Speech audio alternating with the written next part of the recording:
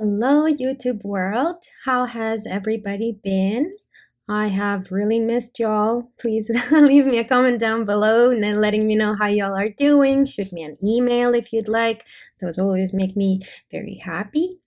I hope everyone had a warm, cozy, wonderful Thanksgiving, and I hope everyone is doing well. So let's dive right in. Today we are going to investigate who looked up Kiely Rodni on Google before August 6th, as well as the week after her disappearance. So for that, we are going to use Google Trends. And if this sounds intimidating, don't worry at all. Google Trends just shows data reflecting the searches people make on Google every day, right? So it gives us an opportunity to explore what the world is searching. So we can put in any keyword or key phrase right here and see where in the world people looked up the same key phrase, how its popularity compares to other keywords and key phrases, and also when the key phrase was looked up more, being popular, or less, losing its popularity, right? So no one is personally identified in Google Trends. Everyone is grouped together during data collection. And this allows Google to display interest in a particular topic from around the globe or down to city level geography. So first of all, we are looking at the United States 2 weeks after Kiely Rodni went missing. Who we can't know who, but we know where they were located, right? So from where was Kiely Rodni looked up through Google? And here, let me interpret this for you. Nothing difficult here. So this is 100, and it doesn't mean 100 people. It means basically like 100%. So a value of 100 is the peak popularity for the term. A value of 50, like you see down here, right? That's 50. Okay. A value of 50 means that the term is half as popular. A score of 0 means there is not enough data. So maybe right here, Google doesn't have enough data. Maybe like one person, two people looked something up, but it's not enough to kind of cluster them together and present as part of Google Trends, right? So we see that for 2 weeks after Kiely went missing, she, on a city level, was looked up from Truckee, Tahoe City, and several other cities, all searches lumped here in California and I'm guessing maybe Nevada. Next, we are looking at the entire month following Kiely Rodni's disappearance. Who looked her up within the United States, right? Where those people were located. So for the entire month following her disappearance, she was most looked up on Google from Truckee and half as much from Tahoe Vista. Next, we are looking at 2 weeks following Kiely Rodni's disappearance, and of course, not only people in Turkey were looking her up, other people were worried and concerned and, sleuthing and looking up for updates in various different states throughout the country, so including, of course, Nevada and California, because this is where it geographically had happened, and then about as much as she was looked up from California, she was looked up from Rhode Island, and less. So if California and Rhode Island are about 50% of Nevada search number, then we see Idaho 31% and Montana 29%. Next, we are looking at the entire month within the entire United States, where the people who were searching her, looking her up, where they were located. So again, we see Nevada, California, West Virginia, Wyoming, and Oregon. So these last three, are between 30 and 40%. Next, we are looking up and the entire 2022 before she went missing. And this is curious. You guys let me know down in the comments what you guys think. But in 2022, starting from January 1st, she was looked up from DC most, peaking on June 10th, and then about half as much Rhode Island. Again, we see Idaho. Now let's look at, this is roughly 2 weeks before Kiely's disappearance, and I chose July 25th because it's a Monday. So from that Monday, who looked Kiely up on Google? And again, we see DC peaking around August 2nd. And then again, going up towards her disappearance. Let's look at image search. So you know how you guys can put a keyword into Google and look up images for it, right? So this is roughly 2 weeks before her disappearance. DC was looking up her images as well as Alaska and Montana. Let's zoom out a little bit and see who looked up her images worldwide. And again, we're looking at those roughly 2 weeks before she went missing, and we see that Puerto Rico is number 1, and her images were looked up from there around the end of July, beginning of August. So this would be August 2nd, and then we see this peak around here, meaning that it kept happening several days in a row. Okay, let's keep looking worldwide. Image search. Let's look at another week. And we see Colombia, the country in the northern part of South America. And I also wanted to point out here that Puerto Rico is a U.S. territory. So we are seeing a U.S. territory here in image search. And then when we're adding another week, we're actually seeing a search entirely outside of United States. Mainland and its territories that came from Colombia, and it happened several times. And for example, this hill right here means it happened 2 days in a row. All right, let's look from the beginning of the year until today. I'm filming this on December 1st.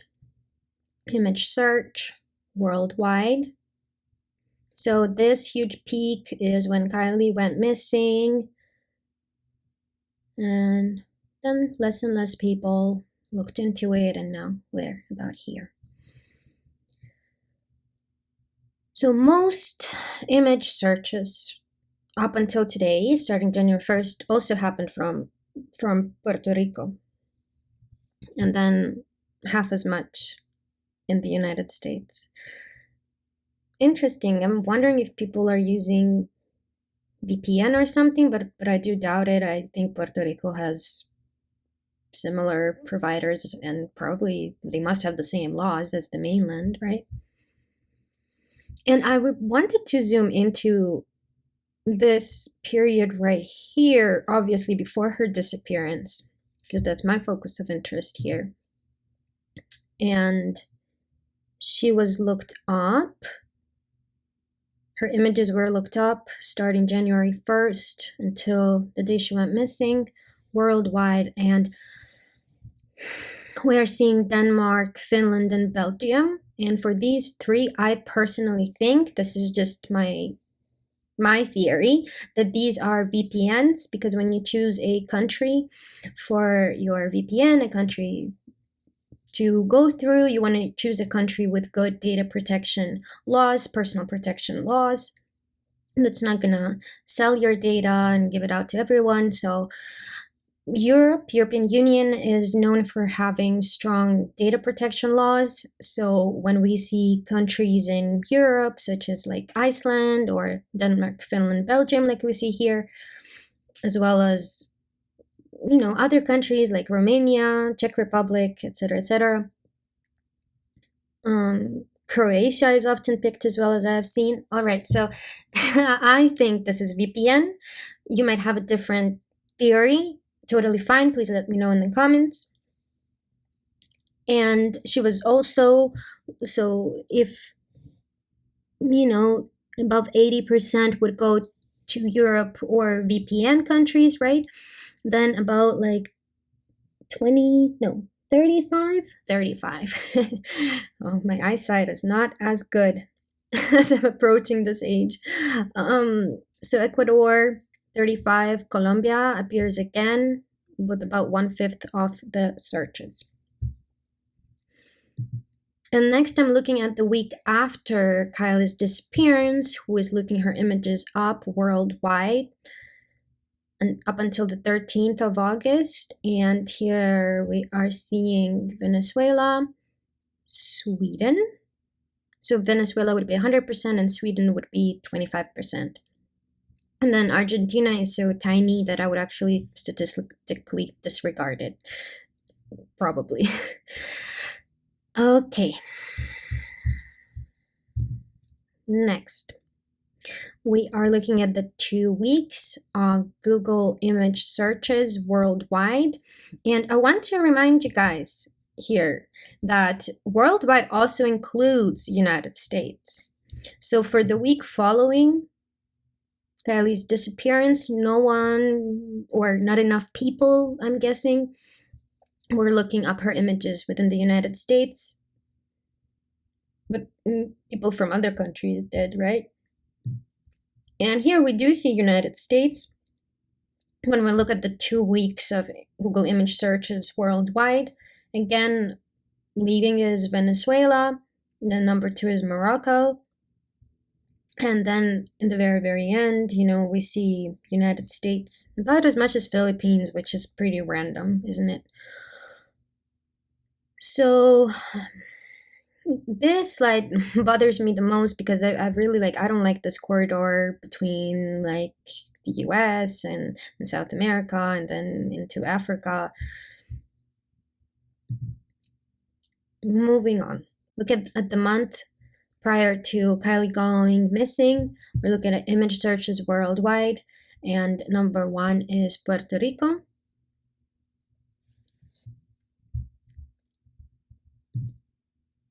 Now we're looking at all of the United States image searches the month prior to Kiely's disappearance, and there were searches from Wyoming, Maine, Nebraska, and anything below that is probably statistically insignificant. So here, to be honest, like throughout all these slides, like what bothers me is that Kiely has a Google search history at all. She was not a famous person, not a celebrity. Why were people looking her up? It bothers me in general that she has this history. All right, so now we're looking on city level. The month prior to Kiely's disappearance, who looked up her images within the United States, where they were located, which metro areas, and we get these like the most searches came from Wyoming and Nebraska, from these 2 cities that are about an hour and a half away from each other by car, as Google Maps informed me. Next, we're looking at the month prior to Kiely's disappearance within the United States. We're looking at YouTube searches. So Google owns YouTube, and so Google collects YouTube data. Which is scary to think that like it's probably doing it right now as I'm recording all this. Never mind. All right. So within the United States, YouTube search a month prior to her going missing, she was mostly looked up from Idaho and Rhode Island, and about half as much from Nebraska. And then I decided to look up Kiely by her legal name, seeing if any data popped up that way. And no, there is no data in the web search, there is no data in image search, there is no data in YouTube search. And it doesn't mean that no one absolutely never ever looked her up within that month, but it just means that maybe it was so few people that Google could not create a trend out of that, right? This colorful slide is named Witch Hunt, and I added this slide here because I really want to remind that this is a bird's eye view. And with this data, using this data, applying this data, you also have to think very broadly and widely, in a sense that if you see someone from that state or one person from that city, it doesn't mean that they're guilty, right? We might be very wrong about that, so let's not bully people, okay? And one more thing, when you're looking up something popular like Minecraft, for example, in Google Trends, Google has a lot of data about it, and it can instantly give you accurate information on your search just because so many people are searching, right? And then Kiely Rodni is a smaller search that you would need to track over time, meaning that you look things up every couple of days, every couple of weeks, until you begin to see patterns in what you are seeing. So I would be extremely happy, if more people looked into Google Trends. I just caution you against going in once and then drawing all of your conclusions from that one trend search, because this is not necessarily how Google Trend Search would work for a smaller search, right? So just remain aware of that. Don't be shy, do not fear Google systems. This is totally a learnable skills. Like everyone can look up Google Trends, but just don't do it, in one sitting and be like, oh, I got entirely different data. I'm not seeing what you're seeing. I'm presenting what I have seen throughout the last month, right? So let's keep that in mind. Let me know what you guys think below, please. Don't forget to subscribe and hit the notification bell. If you happen to find yourself unsubscribed from the channel, it wasn't me. I haven't yet blocked anyone on this channel. The algorithm just does that sometimes, automatically unsubbing people. So make sure to sub again and hit the bell again. This tends to help. And we will talk again soon. Take care. Bye.